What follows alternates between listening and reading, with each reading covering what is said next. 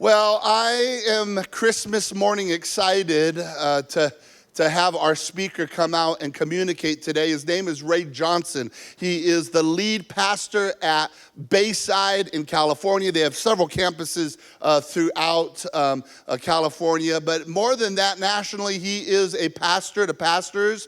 He's a leader to leaders. They say never meet your heroes. I met one of mine, and I like him even more. And so I get to share him with you today. So excited about it. Friends, would you welcome Johnston as he comes and communicates?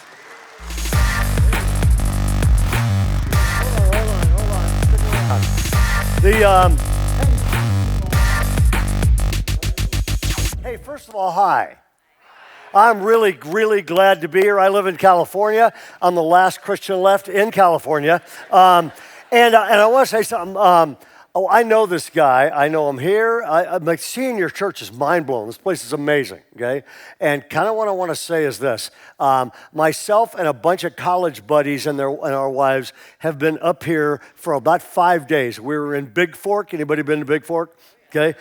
We're in Big Fork, been in Kalispell, all over the place. And wherever you are, you're not just there. Like if you're in a restaurant, you're there because the waiter might want to meet Christ, okay? And wherever you are, you're there. So I started talking, everybody I've been around, in stores, all this kind of stuff, I say, have you heard of Canvas Church? Folks, everybody's heard of your church. And every single person said great things about it, even if they weren't a Christian. Somebody actually said, oh, that's the church where they love people, okay? Somebody else said this, that's the church that's fun. There are 360,000 churches in America. You have any idea how many of them have been described as being fun? One, you, okay? And I just wanted to say, you have a pastor that loves God, loves you, loves his staff, loves his wife, loves his kids, brings in foster kids. He means what he says when he preaches here, and he lives what he says when he's not on this stage. And you are very fortunate to have, in my opinion, one of the best pastors in the country. So, dude, you rock. So, love you, man. Okay? All right. That takes care of the introduction Kevin wrote for me. Now, all right, I'm kidding. Okay, so I'm going to come out swinging this morning. Is that okay with y'all? Okay, I live in California. It's great to be in a state that isn't California and is run by people with functioning brain cells. Now, I'm going to try a little experiment. I want everybody here to stand up. Everybody here to stand up. Okay, here we go. Okay, good. Keep going, keep going. Way to go.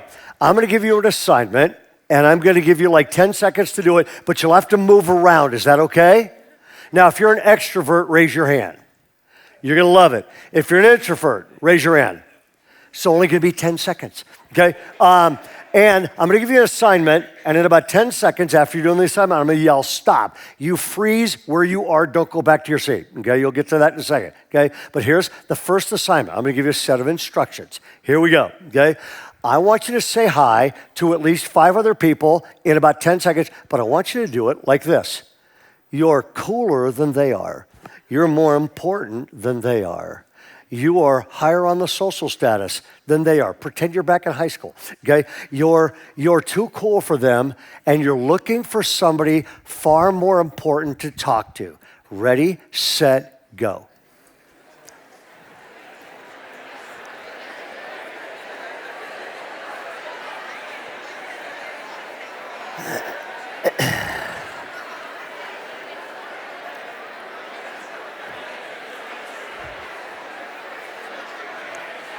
All right, freeze. Stop where you're at. Don't move, don't move, don't move. In the balcony, don't move. Okay, don't move, okay? Now, I'm going to give you one more 10-second assignment, and then it's over, okay? And this one is this. Same kind of thing, except I'm going to change the instructions. I want you to say hi to at least 5 more people in the next 10 seconds, but I want you to do it like this. You just ran into your favorite person, best friend, long lost favorite relative that you haven't seen in years. Ready, set, go.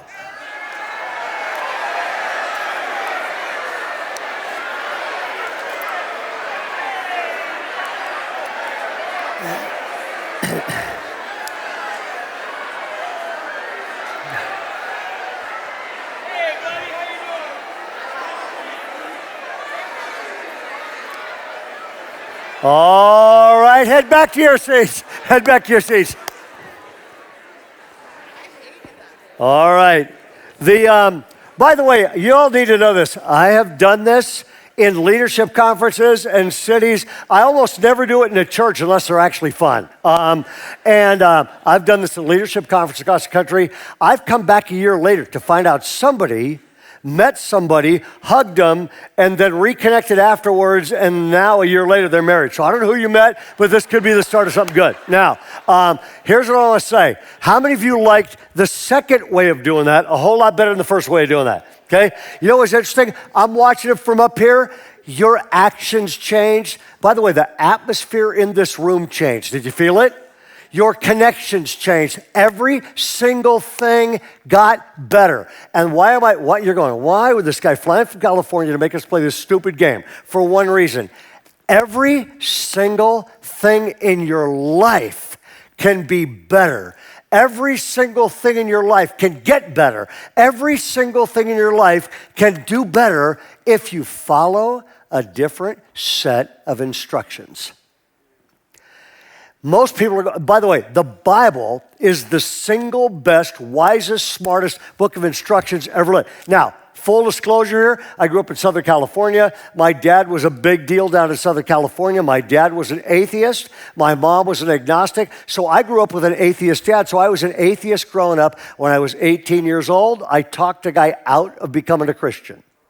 I know, this does not look good on a pastor's resume.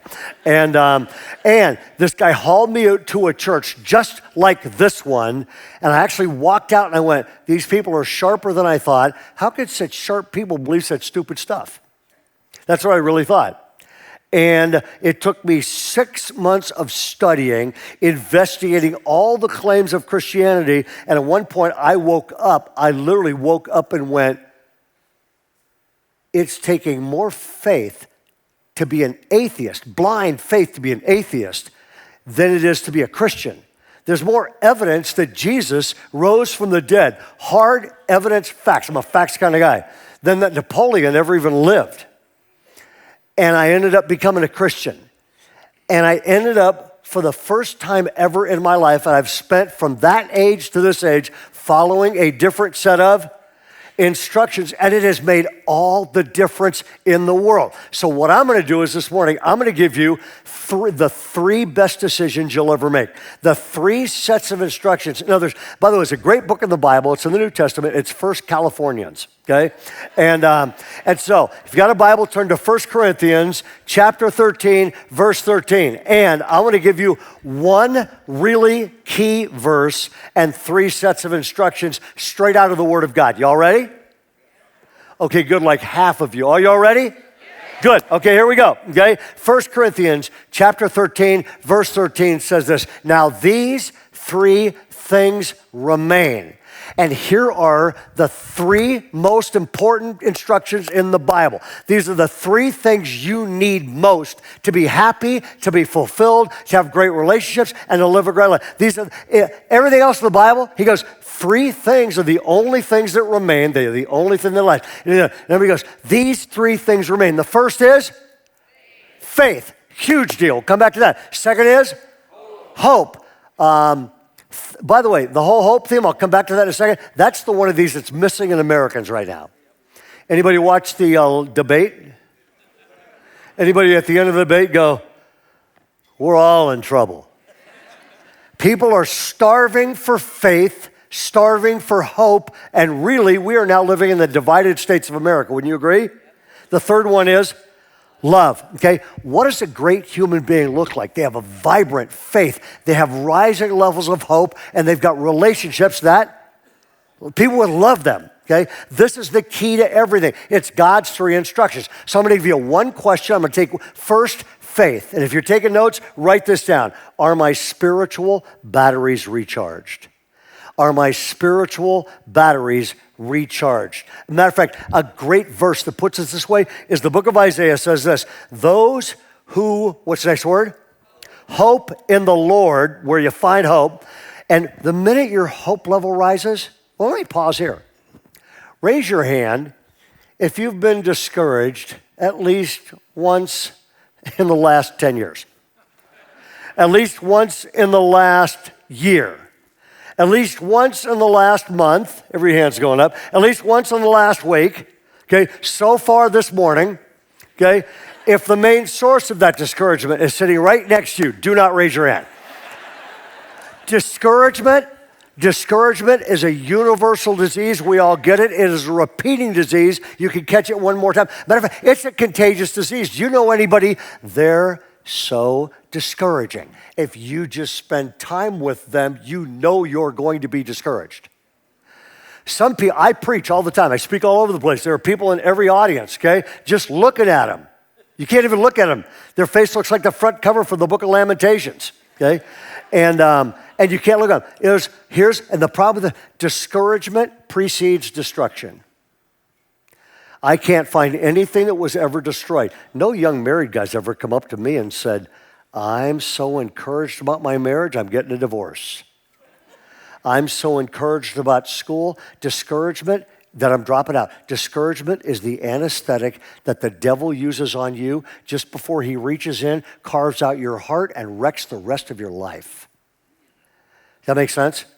And the reason this is so important, it says this, those who hope in the Lord, here's what will happen. When your hope level rises, when you get more hope, here it is, they will renew your strength. You will soar on wings like eagles. You will run and not grow weary, and you will walk and not be faint. In other words, the question is this, are my spiritual batteries recharged? Because when my spiritual batteries are recharged, then my hope level rises, and then every single thing changes. Now, why is faith so important in this country? Okay, and here's why it's so important in this country. And wouldn't you agree, America's a mess right now? I mean, it's crazy. And by the way, Montana, you all way better than California. But the problem is you're part of a country that's a mess, okay? Influenced by my state. And so here's the problem is it's deeper than recent. And so you can take pictures of it if you want, but for the last 7 decades, we have lost one thing in a country that you can't afford to lose if you're going to have a country with great marriages, raising great kids, and having people have a great life. And so I'm going to start this. And by the way, it's a fascinating tour. You ready for the tour? Here we go. Number 1. Was anybody here, raise your hand if you were alive in the 1950s. Okay, raise it way up. Keep them up for a second. Okay, everybody look around. See these people? They're relics. They're old. They're very valuable, okay? Now, in the 1950s, what did we lose? We lost innocence, okay? We lost innocence. Hollywood, California exploded. Rock music exploded. All that kind of stuff happened. And starting in the 1950s, Hollywood, California has been the number 1 shaper of values in America. Is that a good thing or a bad thing? It's a disaster. Okay? But Hollywood has teaching people how to live. Okay? Now, that was the 1950s. Raise your hand if you were around for the 1960s. Okay? Could be all you 50s people and everybody else. Okay? More of you just came online. The 60s were kind of a wild decade. It was a rebellious decade. The anti-war protesters, all this kind of messed stuff happened. In the 1960s, what do we lose? Americans lost. Here it is. Americans lost authority. The phrase in the 1960s was this: don't trust anyone over 30, very good, okay? In other words, and all respect for all authority went out the window. Respect for police authority, government authority. Matter of fact, the Bible is an authority, okay? Christian churches, whole denominations, starting in the 1960s, took the Bible and threw it away because they were getting rid of all authority, and that's a disaster. Now, that's the 50s and the 60s. Raise your hand if you were alive in the 1970s. Going to be more of you, okay? The 1970s was the free love decade. It was the Paisley whacked out. Anybody here get married in the 70s? Are your wedding pictures embarrassing? People had like bell-bottom tuxedos. I mean, this stuff was nuts, okay? In the 1970s, what do we lose? Americans lost love, which is weird because it was the free love decade, the have sex decade. Sex became, it was and one social scientist said this, starting in the 1970s, and it's never changed, Americans starving for love settled for sex, and it's never gotten better. That's our country now. Now, what more? There's going to be most of you. How many are around for the 80s? Anybody around for the 80s? What did we lose in the 80s? Here it is. All sense of style right out the window in the 80s. Okay? Same bad wedding pictures, but in the 1980s, what did we really lose? We lost values. In the 1980s, the number one movie in the 1980s was a movie called Wall Street, starring a character named Gordon Gekko, played by an actor named, anybody know? Very good, Michael Douglas. And in that movie, he literally looked out and he said, greed is good. Starting in the 1980s, greed became one of our values. And if you don't think that impacts Americans and Hollywood is brainwashing people, if you don't think that brainwashed America, all you have to do is check Christians' tithing records. Before the 1980s, all Christians obeyed the Bible and automatically gave 10%. First 10%'s God's, don't touch it, give it to God, okay? After the 1980s, most American Christians, they don't tithe, they tip. In other words, Hollywood reshaped the American church's ability to make things happen by convincing Americans greed is better than making good things happen. Make sense? Okay? Now, that's too convicting. Who was alive in the 90s? Going to be almost all of you. Let me see your hands. Okay? In the 1990s, what did we lose? Here it is. Americans lost faith. And for the first time, the Murrah Federal Building in Oklahoma City was bombed. I've been to it. And terrorism hit the heartland of America. And what happened in this decade is all of a sudden people lost faith. And the real problem is that starting in the 1990s, Americans lost faith in the future, which they've lost now too. And this had never happened in hundreds of years of our country. Forever in our country, you ask any kid, is your future going to be better than your parents? They all said, yes. Now, you ask them for the first time in history since the 90s, they're going, no, I don't think my future is going to be as good as my parents. And what's the problem with that? Where there is no faith in the future, there is no power to live in the present. And that's been taken away. Now, anybody around for the 2000s? Should be almost everybody in there, okay? In the 2000s, what do we lose? Here it is. Americans lost security. Remember Y2K? That was insane, okay? That was followed by 9/11 and followed by the collapse of the economy. And all of a sudden, rising levels of insecurity, people are feeling less secure than have ever felt in our country's history. And then the 2010s, Americans have lost hope. Americans have lost hope. Now, here's the problem. I'm going to put all of them on one screen. Here we go, okay? Take a look at that thing and go, Americans have lost innocence. What's the next one? Authority, love, faith, security, and hope. How in the world does anybody be emotionally, psychologically healthy without innocence, authority, love, values, faith, security, and hope? Okay? Can you build a great marriage without love, values, faith? No. How in the world, anybody here got kids? Okay, how in the world do you raise, I'm writing a book right now called Raising G-Rated Kids in an X-Rated World. And how in the world how do you raise healthy kids without innocence and authority and love and values and faith? And here's the problem is this. These things are needed by every person, every parent, and every marriage, and every teenager in our country needs these things, and they're no longer attainable from our society. And it's getting worse. Wouldn't you agree? So we are now living in the divided states of America. The whole thing's a mess, okay? And so you look at this thing and go, what's the solution? Is there a solution? And you know what? I'm actually excited. I actually believe the next 10 years are going to be the return of the influence of the Christian church. Why do I believe that? Because look at this. Where do you find innocence? You know where you find that? The forgiveness of God. Where do you find authority? You find that in the Word of God. Where do you find love and values? The Word of God. Where do you find love? The love of God and the love of the people of God. Where do you find faith? You find that straight out of the Bible. Where do you find security? The promises of God. And where do you find hope? The promises of God. I'm here to tell you, the number one thing in this community that needs to grow and needs to thrive is Canvas Church, Okay? Why? Because our culture is starving for those things, and if they come here, they'll find it because they'll connect to Jesus Christ, the Bible, and the family of God. Everybody got that? Your church has never been more important, and what happens in this house is more important than what happens in the White House. Thank God. Everybody got that? Now, number one, faith. Are my spiritual batteries recharged? Because anything that isn't recharged is running on empty, is going to be dead, okay? That's number one. First one is faith. The second one is hope. The second one is hope. And I love this. Brothers, I do not consider myself yet to have taken hold of it, but one thing I do, forgetting what lies behind and straining forward to what lies ahead. Hope. What does future focus have? People that have rising levels of hope, actually, they look forward with confidence and they take the promises of God.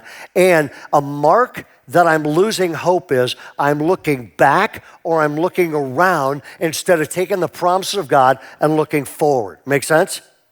And hope is absolutely indispensable. It's the single most important thing that's going to happen in your life. And here's the problem is this. I wrote a book on hope called Hope Quotient.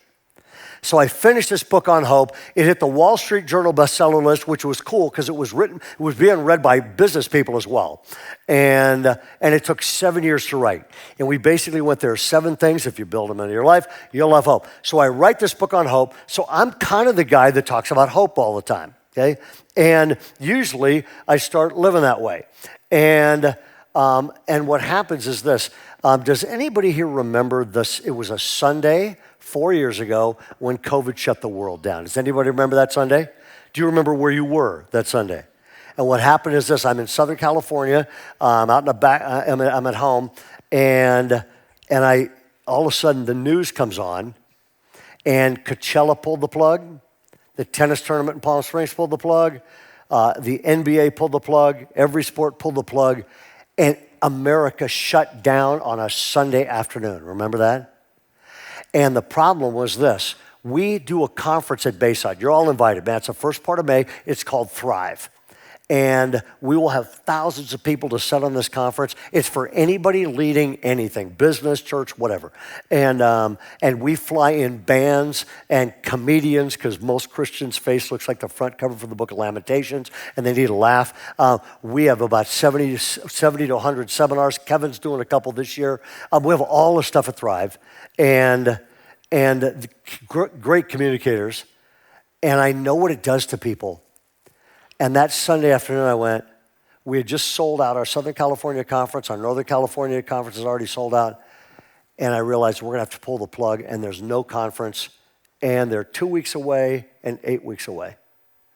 So I call our senior staff together. We do a Zoom call and we pull the plug on it. And now I wrote a book on hope, okay? I get deeply discouraged, which does not look good if you wrote a book on hope. And this is embarrassing to tell you, but I get deeply discouraged. And I usually bounce back pretty fast. I didn't bounce back for this. And day after day after day, I'm just bummed out. And I'm sad about what's going on in our country, but I'm sad, like I know what happens to everybody walking in this conference, and now it's not going to happen. And finally, after a bunch of days of this, I finally went, you know what? I don't think God wants me stuck in discouragement. And so I took this Bible, I took this notebook, took a piece of paper and a pen. I went out and I sat in the backyard and said, okay, God, I'm going to read this and spend time with you until I hear from you. Because I am sick and tired of being sick and tired. And I just started reading and reading and reading. And then God spoke to me. And you might want to write this down because it's changed my life and it's changed my future and it'll change you. Literally, God spoke to me and here's exactly what he said. And I actually wrote this down. Said, if you will let go of discouragement and replace it with dreaming, the world just might be a better place. If you will let go of, some of you, God brought you here this morning to hear this. If you will let go of discouragement, which is a destructive disease, if you will let go of discouragement and replace it with dreaming, the world just might be a better place. And I wrote this down. If you will let go of discouragement, replace it. And I'm like, now I'm starting to get, oh man, it's like God's here and God's talking to me. And then I thought, so what am I discouraged about? I went, canceling the Thrive conferences. And then I went, okay, dream. And actually, it was like taking dictation from God. I got a pen and I wrote down, I literally wrote these exact words down. I wrote this down. What if, I thought, God's a big God, last time I checked. You aware of this? And so I went, what if we launched a Thrive conference globally? What if we launched the largest ever, completely free, totally online leadership conference in history? What if it went global? What if it was free so everybody could come? What if we contacted every great communicator in America and asked them to speak for free? And what if at that conference we raised $1 million for kids that are going to be hurt by COVID? And what if we did it all 8 weeks from now? I'm going, I call our staff meeting. I call a Zoom call staff meeting. Because if you're a leader, 1 step ahead, you're the leader. 10 steps ahead, you're the target, okay? So I went, I better see if this is from God, and they'll help me discern whether it is or not. So I call them all in, get them all, I share this idea, and they all go, we're in, man, let's do it. And it was an 8-week track race, okay? I mean, we send stuff around the country. We book every speaker. We spent 8 weeks interviewing everybody, doing all this kind of stuff. We built a full-on set at Bayside in Sacramento. I mean, it looked like an ESPN set. We got sets here. We got a set over there. We got a set over there. We built this whole thing. And the morning of the conference starts. And I'm at the front desk, and we launch this thing. And we do about, myself and a couple other people, sort of the news desk. We start pretty much announcing what's going on, and we kind of challenge everybody. And then we said, hey, we got all these communicators, about 24 of them, and here's the first one, boom, and it cuts to a thing. So we get a chance to breathe for a second. And I'm at this thing, and in the microphone, I say to the person running this, hey, is anybody watching? Because I can see you. When you're doing anything online, anybody ever done anything online? You're like, is my mom watching? Are 4 people watching? What the heck's going on? I got no idea if anybody is watching any of this stuff, okay? Now, between the 2 conferences, we have 6,000 people at the Thrive conference, so I'm going, I hope it's at least half of that or something, because it might grow over the next 2 days. But I'm hoping somebody's watching. So I say in the microphone, I say to the person, I say, how many people are watching? And she said, I've got a report right here, I'll slide it down. So they slide it down the desk, okay, because we're still sort of on TV. And this thing, I look down at this paper, and it says, there are currently 234,000 individual distinct devices watching this.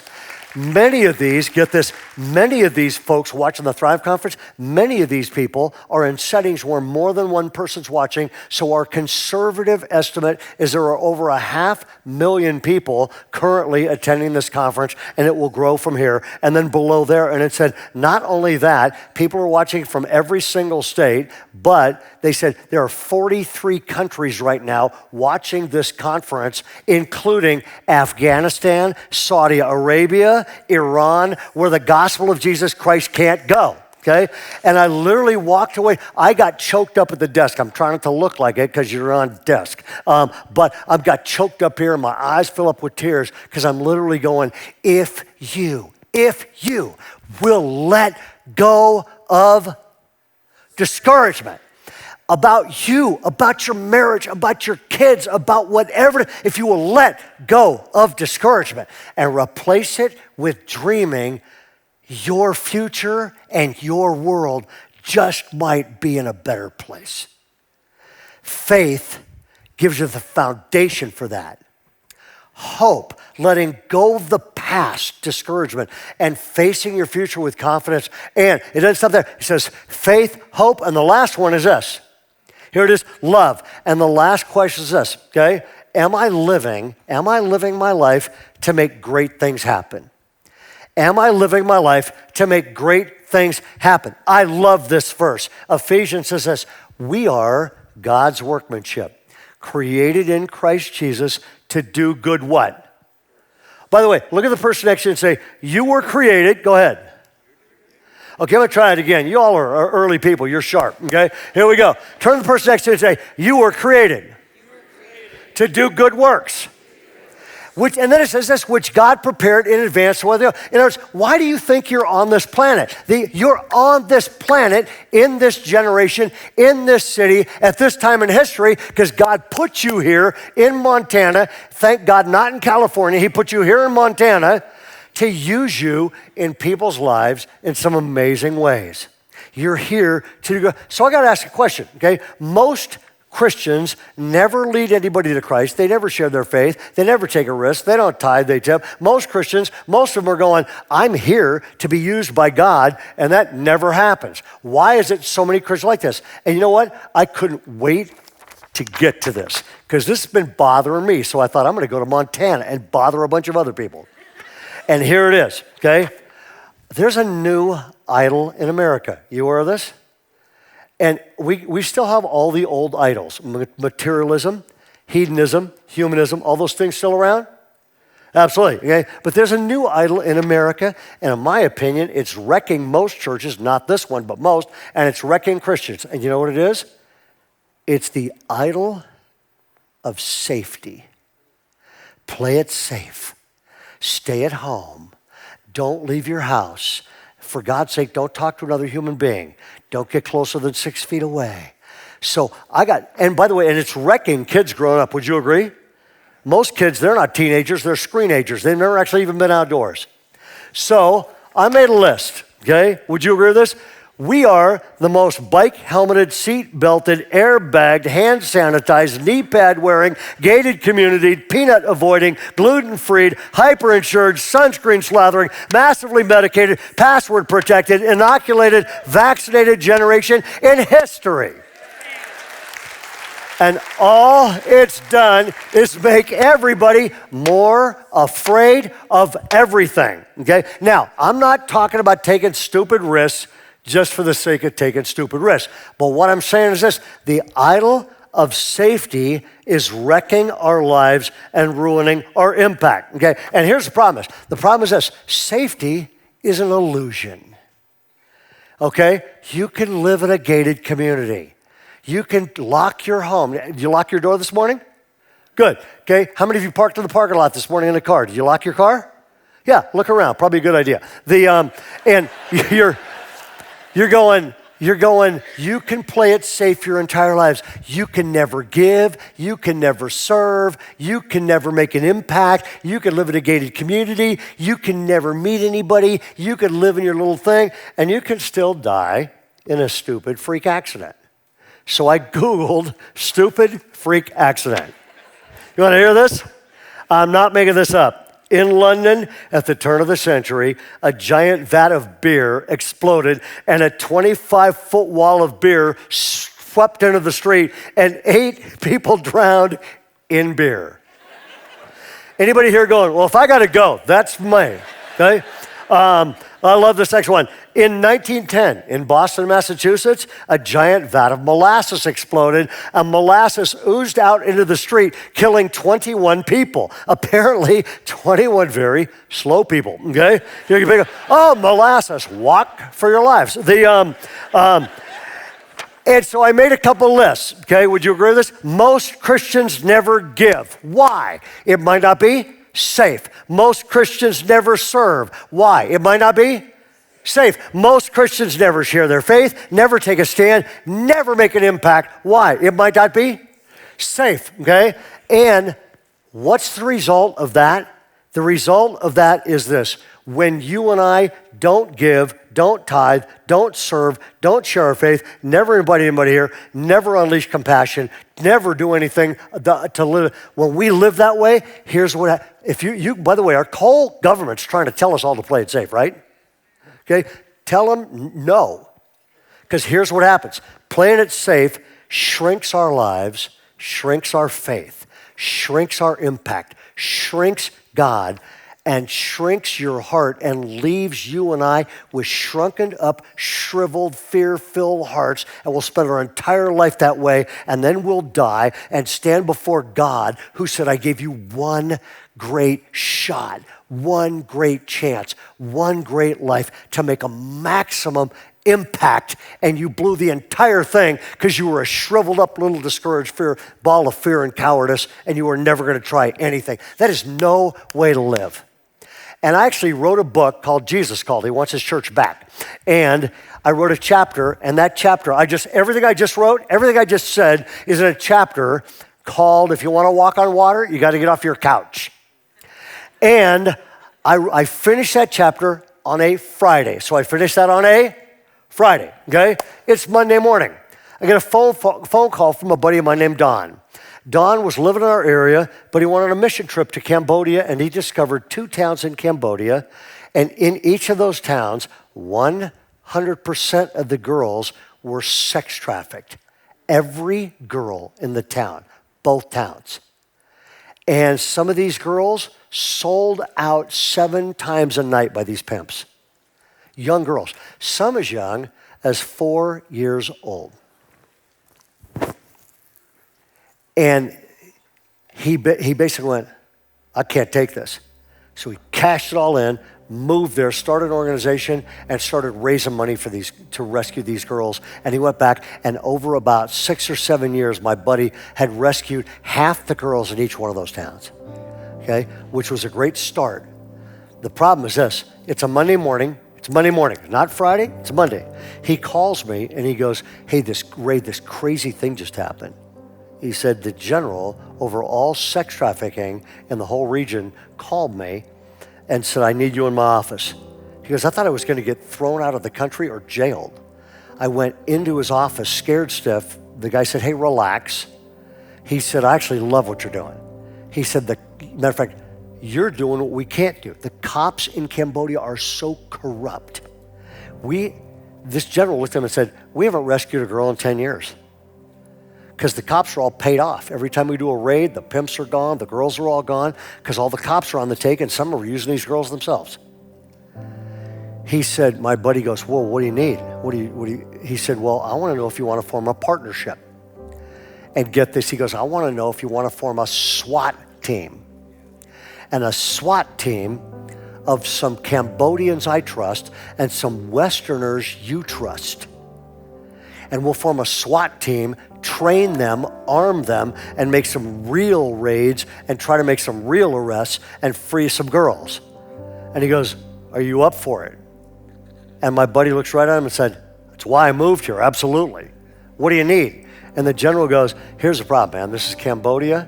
We don't have any money. It's going to take $250,000 to get this thing launched. Do you know anywhere you get $250,000 fast?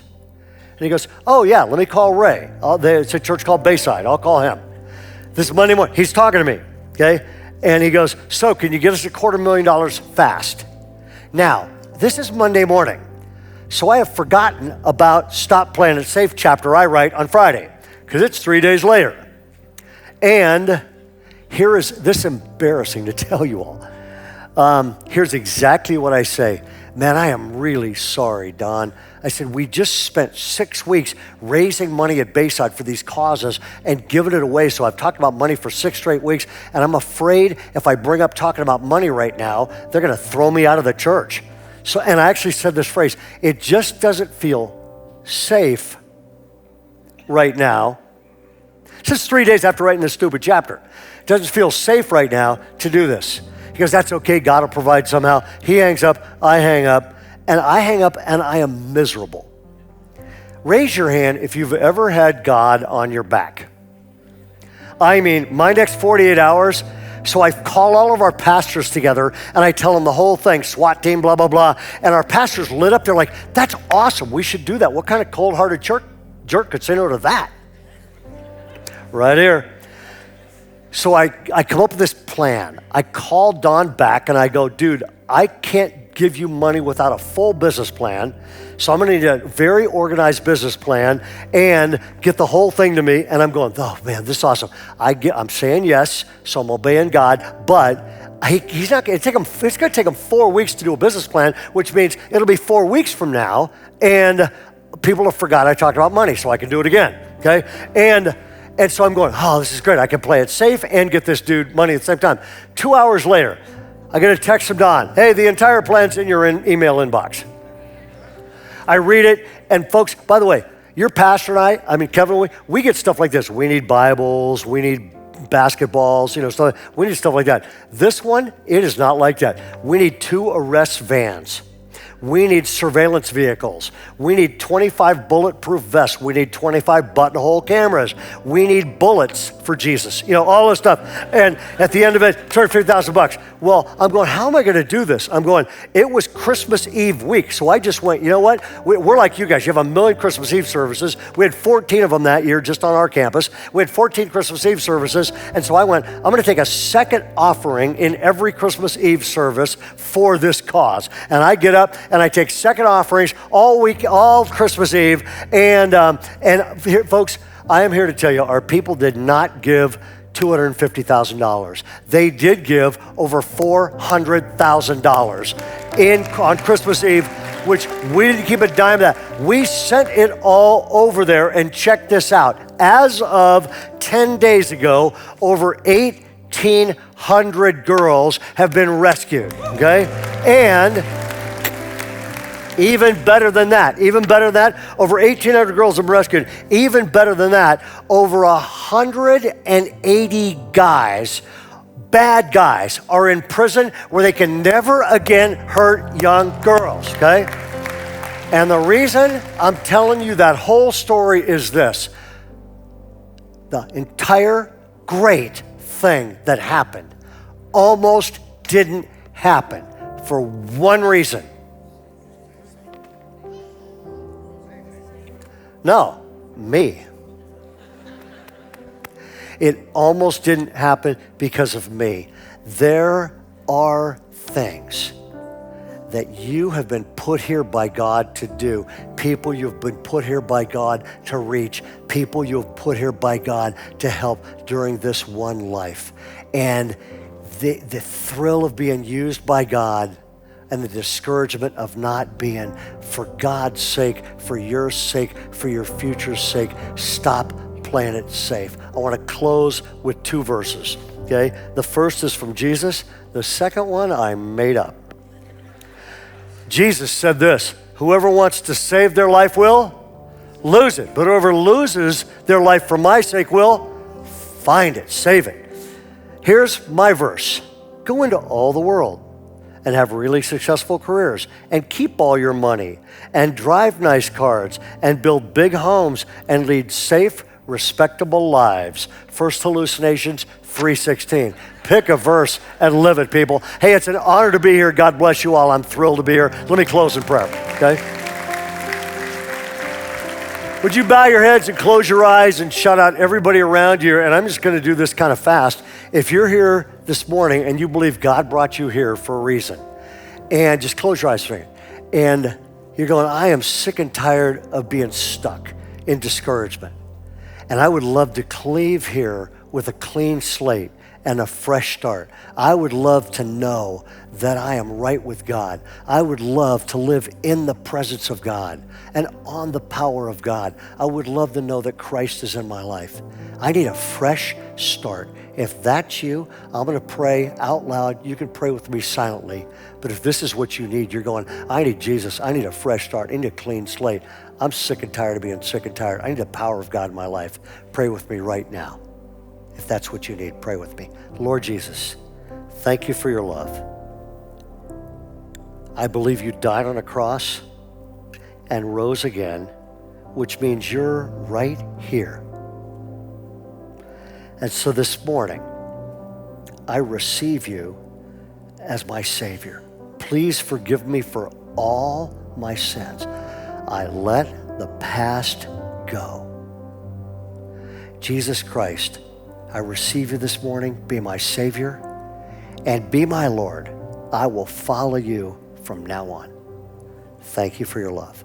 And with your heads bowed and nobody looking around, your eyes closed, if you prayed that prayer, I won't call you out. I won't embarrass you at all. But if you prayed that prayer, I would love to pray for you that the rest of your life becomes the best of your life. So if you prayed that prayer, would you just raise your hand right now? If you prayed the prayer, now put them way up. There's a sea of you. Awesome. Lord God, would you wrap your arms of love around these men and women? May they know the joy that comes to people whose forever and their future is secure. And may they know the love that comes to people who walk hand in hand with you. Thank you for your love in Jesus' name. All God's people said, amen. Thanks so much for having me here. Love you guys. Appreciate it. Thank you, Pastor Ray, one more time. I just want to encourage us as we go throughout this week, let's not shrink, but instead let's trust God and let's be willing to be brave and take the risk, knowing that He's going to meet us there. If you have any prayer needs, we have a prayer room right outside these doors. We would love to pray with you, talk for you through anything. We'd love to see you there. Canvas, I love you. Have a great week. We'll see you here next time.